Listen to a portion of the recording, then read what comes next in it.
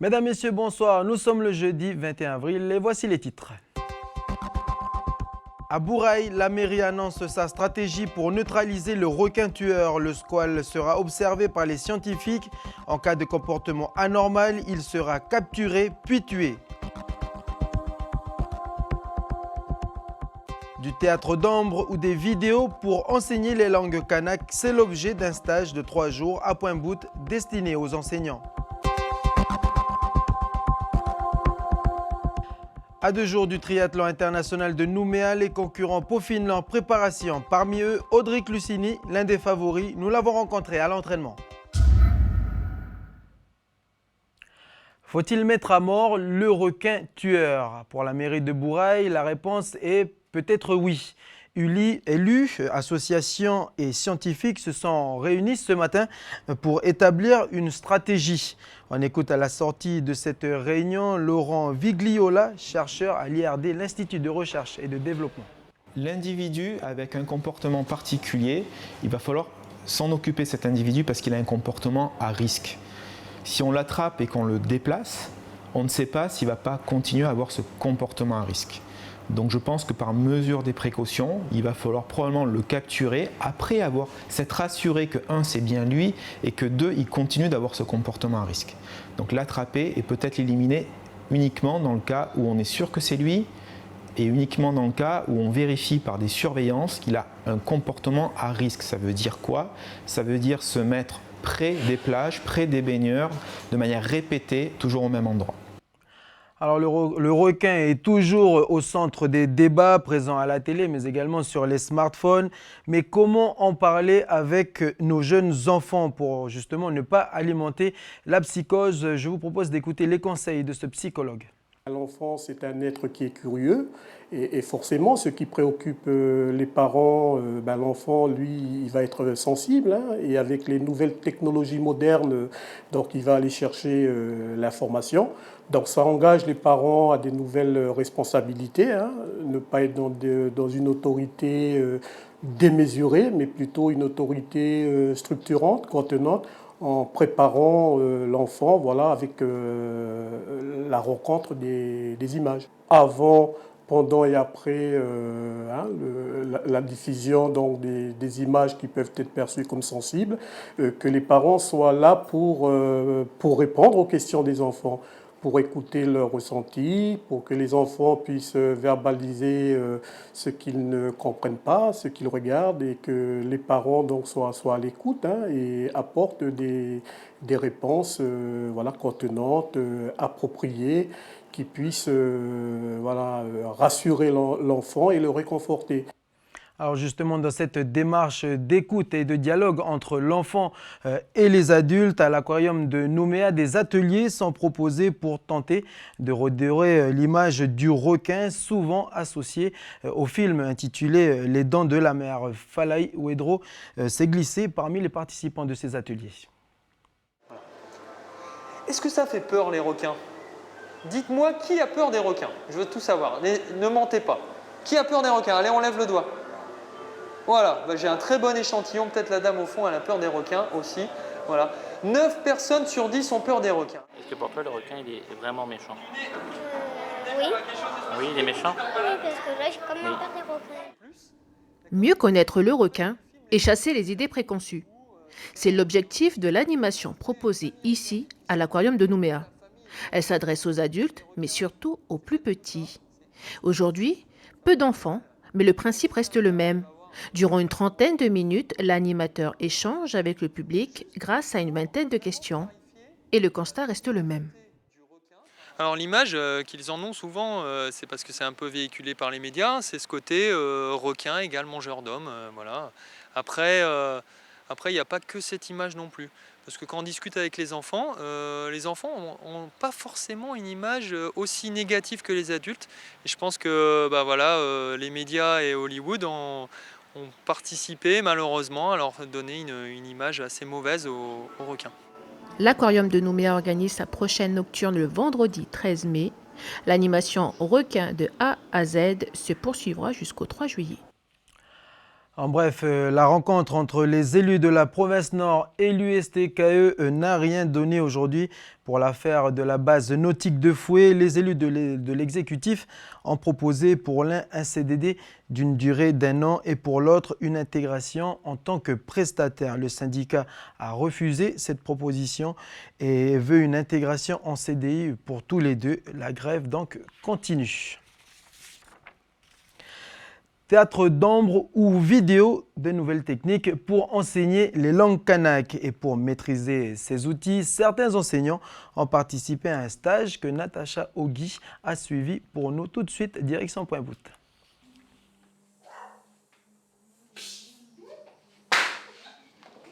Nous sommes dans l'atelier Théâtre d'ombre. Ici, Fabienne sensibilise les instituteurs aux différentes techniques d'enseignement de théâtre. Grâce à cet atelier, les enseignants en français comme en langue pourront proposer ce genre d'activité aux élèves. Il a une grande force, c'est que dans l'ombre, d'abord c'est extrêmement captivant, et que l'ombre permet de passer la barrière de la langue. Parce qu'on peut très bien être en muet complet, comme parler chinois, indien, russe, ce que vous voulez, on va comprendre. Des outils donc accessibles à tous. Et pour l'atelier Théâtre d'ombre, de retour en classe, les enseignants devront aider leurs élèves à mettre en scène des contes kanak, sur lesquels ils auront travaillé. En parallèle, la linguiste Claire Colombel apporte aussi sa contribution. Les enseignants me donnent des contenus linguistiques, moi je leur fais des propositions pédagogiques ou des propositions d'activités par après. Et donc là on continue et ça a l'air de bien marcher. Ces outils seront donc une passerelle entre ces deux enseignements. En fait, l'objectif aussi, c'est de travailler en lien avec la classe standard. La classe standard, c'est la classe française. De permettre à ce qu'ils vivent des projets en commun entre les deux classes en français et en langue kanak. La finalité de ces stages sera la création de supports vidéo, exploitables tant pour l'enseignement en langue que pour celui du français. L'actualité dans le monde avec la revue de presse internationale de Clémence Losserand.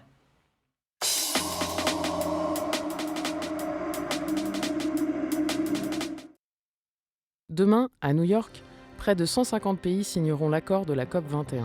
Pour les habitants des Carteret Islands, au nord-est de la Papouasie, le réchauffement climatique, c'est une réalité très concrète. 10 familles ont déjà été évacuées vers l'île voisine de Bougainville. L'Australie veut éradiquer le chat sauvage. Un piège a été créé. Il propulse sur l'animal un poison mortel. La mesure, radicale, fait débat. Pourtant, elle vise à sauver cette perruche menacée d'extinction. Port Vila tient son premier salon du livre. Pirogue 2016 met à l'honneur la francophonie. De nombreux auteurs calédoniens, mais aussi locaux et internationaux, sont invités. Allez, culture maintenant avec de la danse ancrée dans les traditions mais ouverte au monde moderne. La troupe du Wetch présentera son spectacle intitulé Rutsch dès demain au centre culturel Chibaou. Répétition avec Jérôme Bodenès. Dernier réglage et dernier jour de répétition pour la troupe du Wetch. 13 jeunes danseurs, tous originaires de Lifou, sont sur les planches. Cette fois-ci sous la direction de Jean-Georges Namano.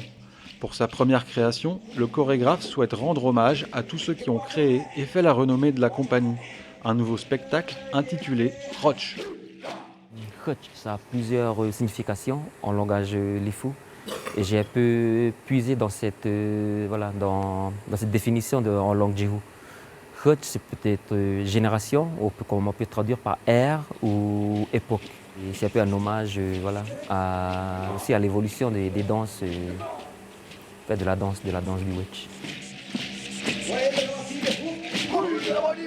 Danseur dans le dernier spectacle Very Wetch, joué au Festival d'Avignon en 2012, Jean-Georges est repéré par la chorégraphe Régine Chopineau. Il est sélectionné et part étudier au Centre national de la danse à Paris. Après 1 an d'études, le jeune diplômé revient au pays avec un questionnement sur l'évolution de la tribu et de la société kanak. Où est passée la coutume? Où sont passées les valeurs qui nous ont fondées, qui commencent à disparaître par rapport aux nouveaux mots MAUX qui sont venus, et c'est un peu ce que je dévoile sur scène. que j'essaie d'apporter, c'est le mélange, voilà, c'est le mélange des genres, c'est le contemporain et le tradi. Mais il faut aussi savoir que la danse évolue avec son temps, comme la coutume évolue avec son temps. Donc la danse qu'il y avait au départ du wedge, en 1992, elle a évolué jusqu'au résultat d'aujourd'hui. Et le résultat promet d'être étonnant. Ce spectacle donne clairement des frissons. À voir les 22, 23 et 24 avril au Centre culturel Djibaou. Voilà, au Centre culturel Djibaou à partir de 19h. Toujours dans la danse, mais d'un autre registre, on parle maintenant de hip-hop qui occupera demain soir la scène du complexe culturel de Koné, un spectacle de la compagnie Moebius, basé sur les différents styles de cette culture venue de la rue. Un spectacle qui raconte la naissance du mouvement des années 70 aux États-Unis à nos jours. Génération hip-hop, c'est demain au complexe culturel de Koné à 19h.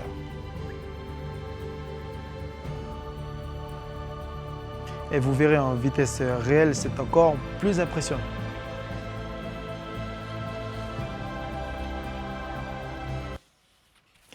Et on ouvre notre page sportive avec le retour de nos champions de slalom en planche à voile, Lilou Granier, Amaury Lassimane et Basile Jacquin. Ils rentrent de métropole avec chacun un titre de champion d'Europe. Chapeau bas. Judith Rostin. C'est pas tous les jours qu'on a deux garçons sur un podium européen, deux filles sur un podium européen. Et quand on voit tout le groupe qu'on est là, je crois qu'on peut faire un grand hippipipora à nos jeunes. Damien, Basile, Lilou, Tuesdaylou et Marine ont bien mérité cette standing ovation. Ils ramènent au pays pas moins de 5 médailles décrochées au championnat d'Europe de slalom jeune. En fait, c'était des conditions qui ressemblent à ici. Donc il y avait de la houle.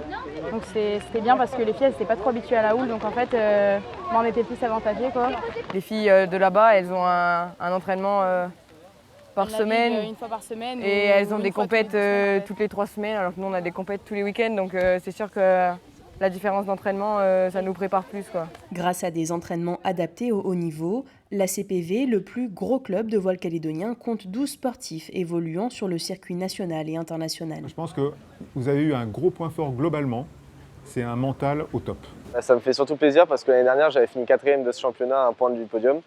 Du coup, j'avais un peu la rage, quoi. Donc là, revenir, je m'étais fixé comme objectif au moins le podium et là, je gagne, donc c'est tout bénef.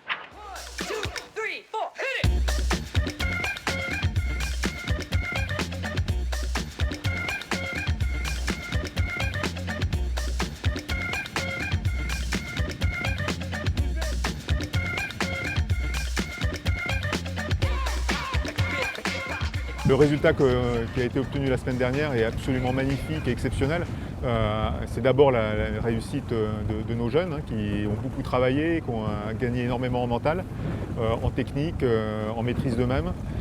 Ça, c'est une chose. C'est aussi magnifique pour le club parce que ça place le club dans une place de quasi-leader mondial de la formation des jeunes en slalom.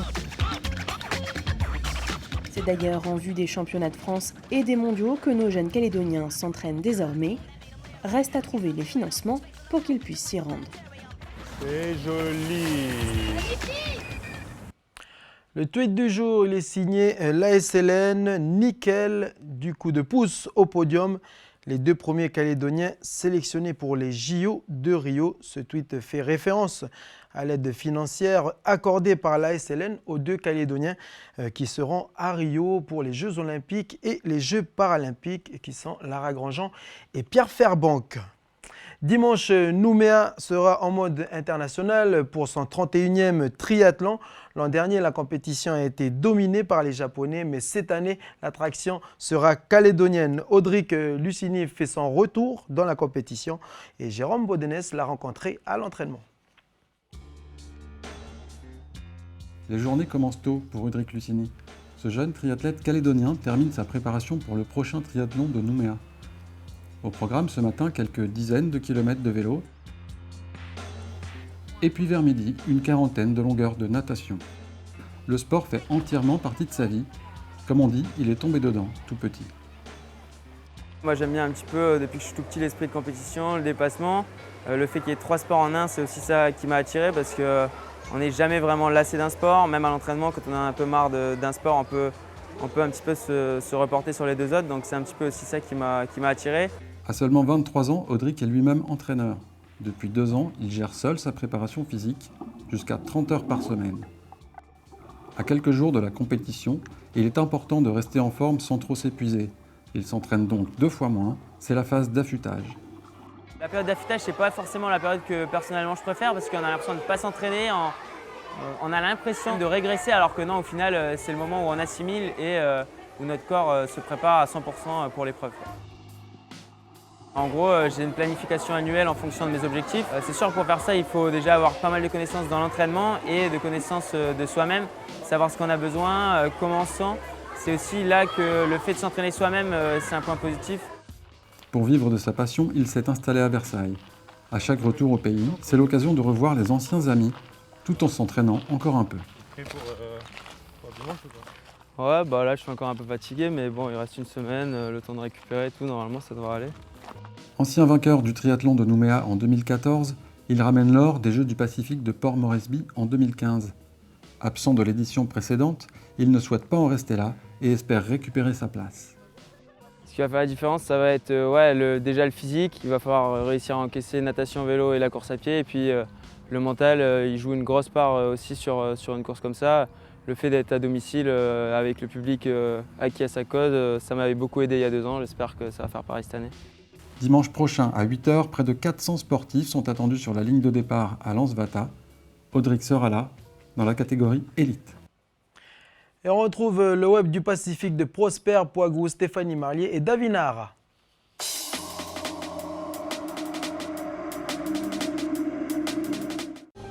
Le thon rouge du Pacifique menacé d'extinction, c'est ce qu'affirment des études scientifiques récentes.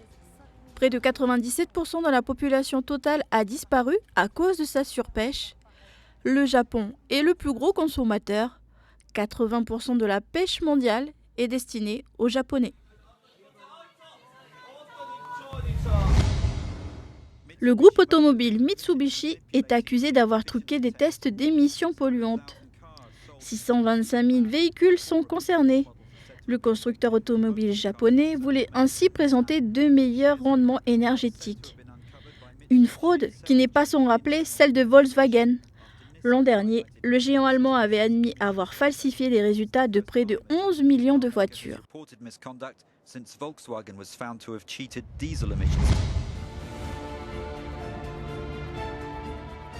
Il reste encore une dernière parcelle à acquérir sur cette île. Une agence immobilière australienne met en vente ce terrain d'1,5 hectare. L'acquéreur devra débourser 29 millions de francs CFP pour ce petit havre de paix où déjà 3 familles sont installées.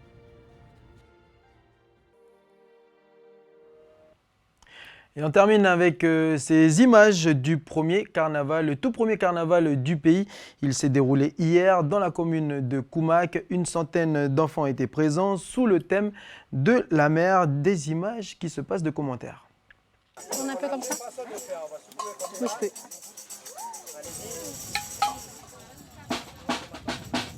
C'est une méduse, j'espère qu'on le remarque. Des coquillages, un peu de raffia et puis du satin parce que je pensais que ça allait bien ressortir. Et puis le bleu, voilà, bleu et blanc, ça fait le thème de la mer, quoi. Jolie sirène, waouh! Les enfants sont là et puis c'est une super ambiance comme tous les ans. Et puis les enfants sont contents, ils sont déguisés. Et puis nous les mamans, ça demande du travail, mais bon, on est content de les voir heureux, quoi. Voilà. On va trouver Monsieur le Carnaval, on lui donnera nos peurs qui nous font mal. Nous brûler comme un feu de paille, nous libérer serait génial.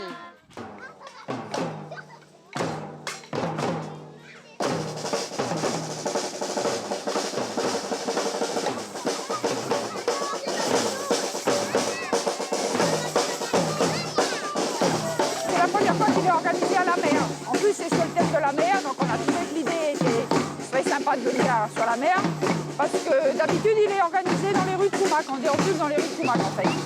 Voilà.